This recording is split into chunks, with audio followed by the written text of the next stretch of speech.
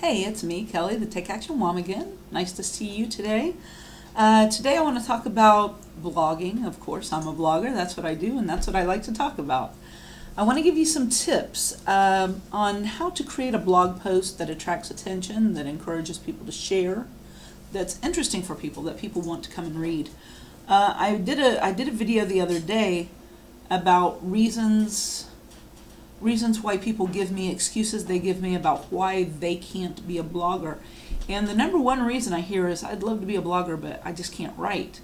So while that's not true, anybody can write. It just takes practice. The best way to learn to write is to start writing. And the more you practice, the better you'll get.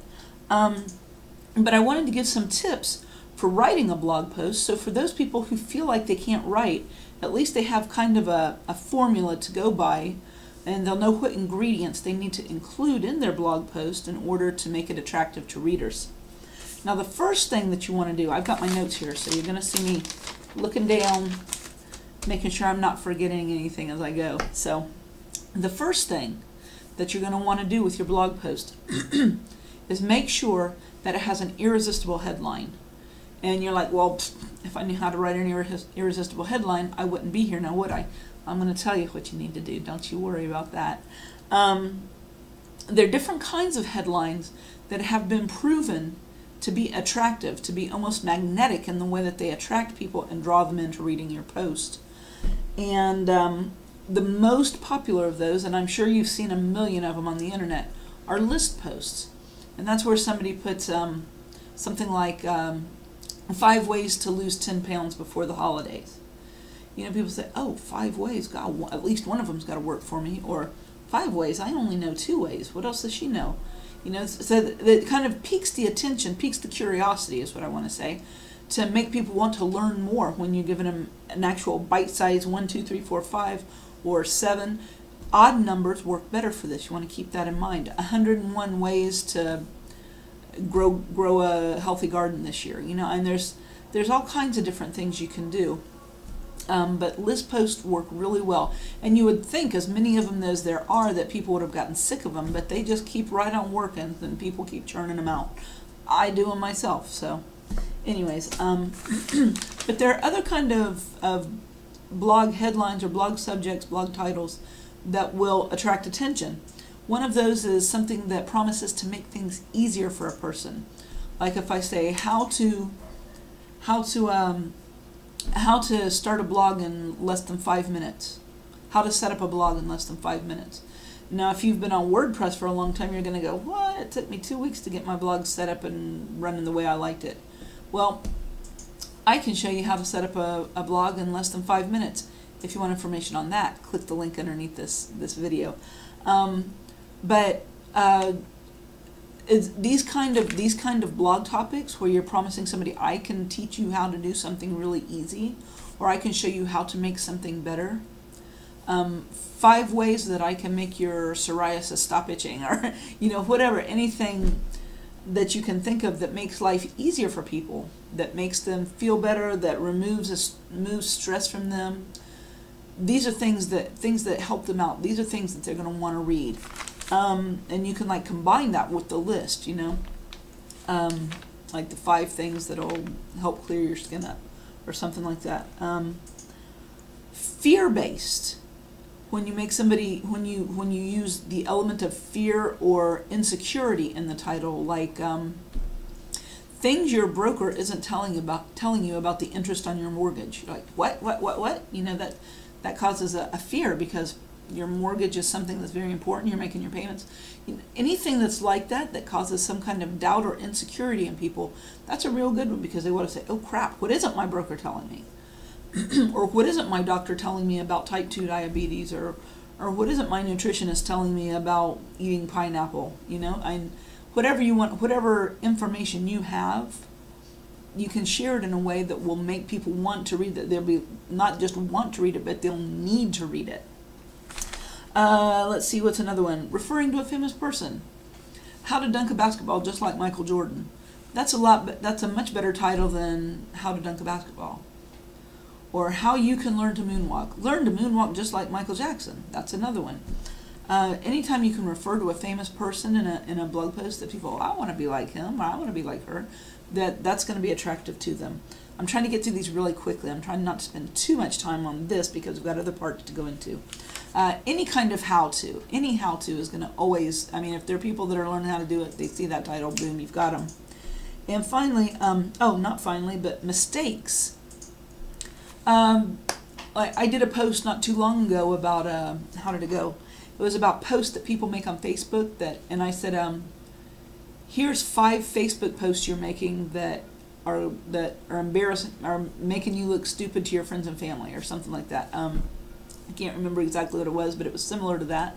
And it's like people loved it. I got a lot of readers to that post because nobody wants to look stupid to their friends and family, and they're like, oh crap, am I making one of these posts? Am I doing something like this that makes me look stupid to my friends and family? I gotta know. So that's another one. And finally, refer to yourself. I did a post yesterday or the day before. I don't know if you've seen the giraffe riddle that's going around on Facebook. I did a post, why I hate this stupid giraffe riddle game. And it was like, it was my story. It's a story about me. People love to read stories about you. You might not think you've got anything important to say, but people love to know what you think, especially if you can get something kind of controversial. Because like that giraffe riddle thing is hugely popular on Facebook. Half my friends have pictures of giraffes right now. So for me to come out and say, I hate it, that's controversial. People are going to, how can you hate it? It's so much fun. It was a cute little game. So that drew a lot of attention. People wanted to read to know why, and they wanted to know what it was about me. Could they connect with me? So that's how you need to make your headline. You want to have an irresistible headline, a magnetic headline that draws people into your post. The next thing is your intro. Now your intro is only going to be 1 or 2 sentences, maybe 3 max. It's not going to be a lot of stuff, but it needs to build on your headline. It needs to tell people exactly what you're going to be telling them. Make it clear what the blog post is about, and provide a little mystery. Now, to go back to my giraffe post and the giraffe riddle, my intro, first of all, the first thing I did was say, spoiler alert, if you don't want to know the answer to the riddle, don't read any further. Now, right there, I've created mystery. People are like, oh man, I got to read now. I got to know what it was. And I told them, right under that, I said, I hated this, and I'm going to tell you why. And then I put a picture of a giraffe so that people had to scroll down to read the rest of it. Because once people scroll down, they're more likely to go ahead and read the rest of the blog post. So there's a little tip for free. That's your intro. You want to make sure that the intro, it's really important to have a good intro, because somebody clicks on your title and your intro has to explain why the title is pertinent. Let me say this in a better way. Your intro has to be connected to your title. If your title says 5 ways to lose weight before the holidays, then your intro has to be talking about ways to lose, has to be talking about the holidays are coming up, and I know we all want to look good, so I'm going to give you 5 ways to lose weight before the holidays. They need to know that what is going to follow in the post is going to be what you have promised in that headline. So keep that in mind.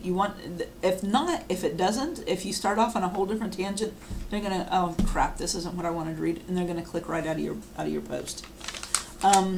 Next, you want to make sure that your reader understands what they're going to be getting from your post. They need to know what's the benefit for them in reading it. So make sure that you're very clear that they're going to gain something, either entertainment, as in the case of my giraffe post, or information on how to do something. They're going to learn something about themselves, how to do something easier, how to do something better. But there needs to be something that they're getting out of this post, and that needs to be clear to them. Use your own story as much as possible. Like I could say, let me read this to make sure I do it right, because I made notes here. How to create a successful online blogging business. Boring. Now if I say how I crushed it and created a 10K a month business with a blog, that's better, because people, When you tell people how you can do this, how you can create a business blogging, they're like, nah, I can't because I can't write, or I don't know how to do this, or I don't know how to do that. They don't believe it when you tell them that they can do it. But when you say, how I did such and such, they say, what? She did that? I got to find out how she did it, because if she can do it, then I bet I could do it. That's why it's so important to tell your own story when you're blogging. You want people to be able to connect with you, because when they connect with you, when they see the ways that you are like them or that they are like you, they're going to start believing that whatever you're doing, they can do it too. If you're trying to sell exercise equipment and you talk about how, if like for instance, say you've got lupus. I've been watching too much Dr. House. It's never lupus. But say for instance you've got lupus, but you've managed to lose weight and build muscle tone. Other people who have been sick in some way are going to say, dang, if she can do it with lupus, I can do it with whatever it is that I've got.